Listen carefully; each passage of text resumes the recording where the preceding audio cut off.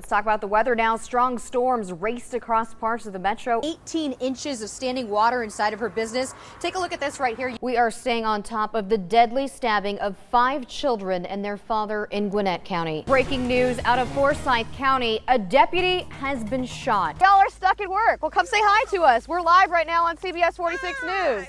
Hi.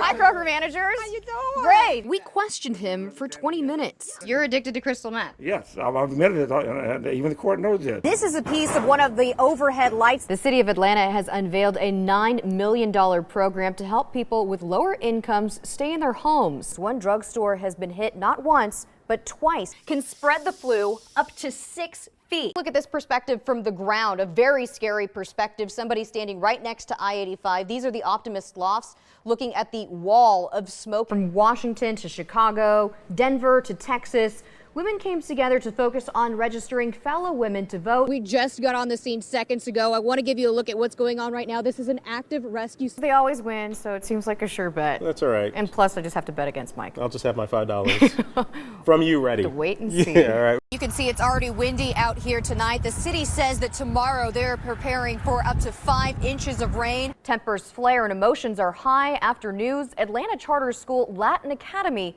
will close. They won't tell us who else was inside of the vehicle, but according to one of her coworkers, one of her best friends was driving. Up for adoption right now. You can see he's a pretty friendly little dog. Kids have a chance to go fishing at Centennial Olympic Park today. You heard me right. It is the Gone Fishing event.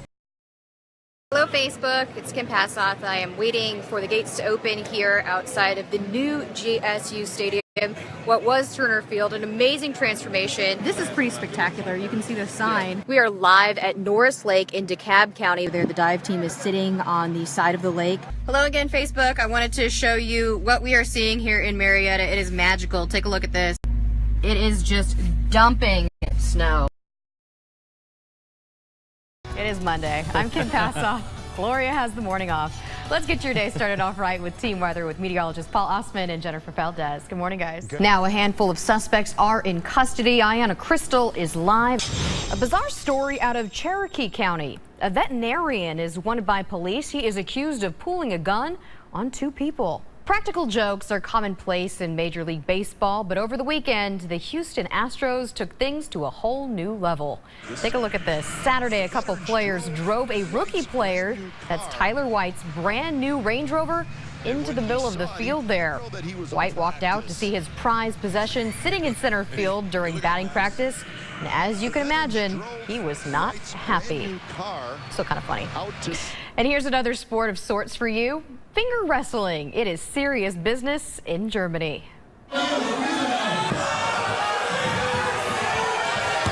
Wow, very serious. Well, both competitors try to pull the enemy over to their side of the table using only their middle finger.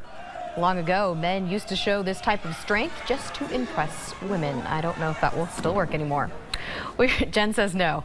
Your time now is 5:26. Tragedy avoided. A bulletproof vest stops a bullet headed straight for an Atlanta police officer. Today, the man who's accused of pulling the trigger heads to court. Ben and Sharon, I have been speaking to witnesses here, several witnesses who were on the train when that shooting occurred. They tell me that this all started at the Hamilton E home station, and then as the train traveled over here to the Westlake station, that is when the shooting occurred. I'm going to step out of the way and give you a live look at what is going on at this station right now. They tell me that a man who made no sort of commotion before the shooting started, there was no sort of argument or outburst, he just stood up and started shooting people. They believe that he was shooting at random. Again, we know at least 4 people were shot, possibly 5. Within the last 10 minutes or so, we have seen the ME remove a body in a body bag from here at the station. Again, on the train is where the shooting occurred, so we do know that at least 1 person has died in this shooting. That we have learned within the last few minutes here. You can see that police are swarming the front of this MARTA station right now. All of the victims have been taken to the hospital at this point. It's been at least an hour since this took place, but many witnesses are staying here waiting to talk to the police to give their accounts. We're told that there were many children, many people on the train. We spoke to many witnesses who said that they were very clearly in fear for their life because, as we mentioned, they believe that this man was shooting at random. He didn't say anything, no type of argument beforehand, just a random shooting on the train. Many people going home from work, regular MARTA riders, and many families at this point. So we are working to learn more about the victims who were shot here, and as soon as we do know more, we will bring it to you. For now, we're reporting live. Kim Passoth, CBS 46 News. We are learning much more about the three people who were arrested. Sophia Bronner and Barry Thomas are both charged with trespassing here under the highway. That is a minor charge. But within the last 90 minutes, we got this mugshot of Basil Ellaby. He's charged with first-degree criminal damage to property. And we've been digging and found out that he has a lengthy criminal history, 19 arrests that we counted. And as people out here learn about the arrest, they are coming up and telling us that there's a problem with homeless people staying under the bridge here. We've been digging into what happened all day long, looking at the timeline, and we've uncovered that the first 911 caller actually reported that a suspicious man was walking away from the fire that she believed to be homeless. Jesus Christ. It's on the highway, it's underneath the highway. An inferno hot enough to melt steel. I just hope everybody's okay. Cars that's on a bridge. Flames overtake and then swallow a section of one of Atlanta's busiest interstates. Just amazing. 6:12 p.m. The first call to 911 comes in reporting a trash fire under the bridge. This is a picture only minutes later of two APD officers on scene. The closest fire company was out on another call, so at 6:14 p.m., a fire crew stationed in Virginia Highland was called in. 6 minutes later, at 6:20, Company 19 is the first on scene. By 6:35, a second alarm is called. I went and climbed on top of the parking deck, climbed on top of the roof, and you can just see fire just on the highway, kind of getting up underneath the highway and just growing. This picture captures people standing on the side of I-85, not knowing part of it would come down. Just minutes later. The wind is blowing and the smoke is making it hard to breathe. At 6:50 p.m., the original 911 caller advises she saw a man, possibly homeless, walking away from the fire. Seconds later, the fire spreads to conduits stored under the bridge, and the results are catastrophic. Vehicles are just sitting right now. At 7:14 p.m., CBS 46 was reporting the breaking news live. Watch closely as Chopper 46 captures the moment a section of I-85 northbound collapses. Jesus, Jesus, Jesus. I thought a bomb was going off. 7:34 p.m. Special foam units used at Hartsfield-Jackson to put out jetliner fires go into action and douse the burning interstate. I'm super frustrated. I've been driving for like an hour and a half now. I'm just trying to go home. At 8 p.m., cars remain trapped on the highway. Like in a disaster movie, people get out and simply walk away. We've been in Uber for over 2 hours, and we had like 1.4 miles to go. So we said, we'll just go out and walk. By 3:25 a.m., the fire starts back up. Our chopper was overhead overnight as firefighters again brought out their hoses. Still some smoke billowing. 11:12 a.m. Our camera captures exclusive video of state investigators under the bridge. What exactly they were looking for remains unclear. The big question on everyone's mind is, how long will this take to repair? 12:30 p.m. GDOT holds a news conference. This will take at least several months. Demolition is already underway and will continue throughout the weekend, so rebuilding can soon begin. And this is a live look right now. Work is underway out here. All three of those arrests we've learned took place around 5 o'clock today. We've learned, as we mentioned, that Ellaby is still in jail tonight. Whether or not he was the homeless individual seen walking away from the fire, we have yet to discover that. Reporting live tonight in Atlanta, Kim Passoth, CBS 46 News, 19. This report gives us a much clearer picture of exactly what happened that day. It shows that Ryan Lisbeth's car hit the bumper of a truck before veering onto the sidewalk and running over those three little boys. I just wish it was something that I could do to bring him back. April 15th, a day that forever changed the lives of several families and brought one young life to an end. You can't explain it. You can't get that respect. 9-year-old Isaiah Ward was walking along Joseph E. Boone Boulevard with his brother, 11-year-old Roland Ward, and their friend, 12-year-old Timothy Hood. Yeah, they were just playing, hanging out, doing what they supposed to do. Gregory Hickson says his son Timothy and the other boys were walking on the sidewalk when Lisbeth, who was high on heroin, ran them down. They didn't deserve that, and we really want some justice for that. Lisbeth is a repeat drug offender in and out of rehab for his heroin addiction. Now he is being held in jail without bond. Meanwhile, 12-year-old Timothy remains in the hospital. I know I got to be strong because what makes me strong makes him strong. And we've also learned from this report that Lisbeth's car kept going and hit another car. He is now facing a number of charges, including vehicular homicide. Kim Passoth, CBS 46 News. They were arguing. Clearly she wanted to get out of the car. I tracked down Brian Welchel to walk us through this viral video.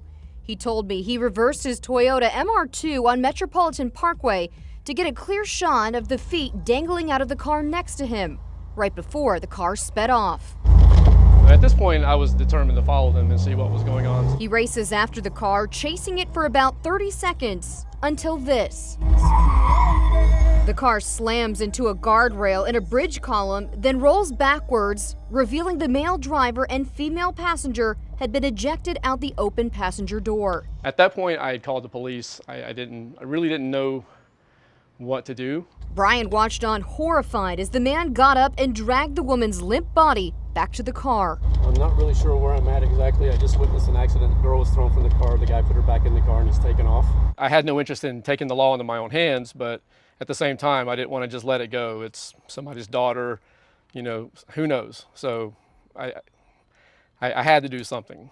Brian chased the car for more than 15 minutes. It's a Georgia license plate, WZ-D41D. Blasting through stop signs and red lights like this one in front of the state capitol. You need to get a cop to get this guy pulled over. The entire time he is on the phone with 911, but officers never catch up. What are the odds that you can drive all over Atlanta for that long and never pass a single police officer? I've been in that situation where I have been the officer and someone was following someone. What you have to keep in mind is if those vehicles are moving, you have to catch up to those vehicles. Digging deeper, we brought in CBS 46 law enforcement analyst Vincent Hill, who told us citizens should never give chase. You put yourself in danger. You put the public in danger. You put the drivers of the other vehicle in danger. My mother, her best friend was murdered after she broke down on the side of the highway. Brian says he simply could not let the man get away with the injured woman. They're fighting. She managed to get out of the car on the side of I-20. Brian lost the car minutes later, and by the time he got back, the woman was also gone.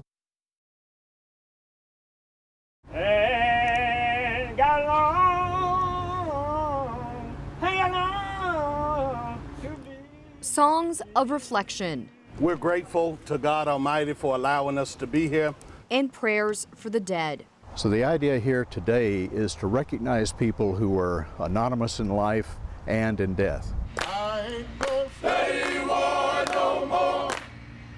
Study war no more. This new monument, unveiled at Gainesville's Alta Vista Cemetery, honors the unnamed dead buried here. In the historic cemetery dating back to the 1800s, sections 16 and 17 were once segregated for African Americans. State law didn't require records to be kept back then. Consequently, we've left with not much record keeping on who's buried out here. Many families could not afford headstones. Wooden crosses, trinkets, and flowers were lost to time, and so too any indication of a grave. So the city, to its great credit, paid for the use of a ground-penetrating radar. The city of Gainesville estimated there were about 200 African American citizens buried in this section of the cemetery, but the city wanted to be sure. And when they got through, they had found 1,146 unmarked graves. Now, all 1,146 graves are marked with a numbered metal plate and a small flag. I wish I knew, but I don't, and I just know they're here, so that makes the whole area sacred to me. James Grady Brooks came to honor his grandmother and great-grandmother, who he knows are buried here. Under which marker, though, and in which exact spot, he may never know. I can look at any flag out here and say, Granny, I believe if my grandmother and my great-grandmother could have any awareness of what's going on here today, they'd smile. They would be smiling in their grave.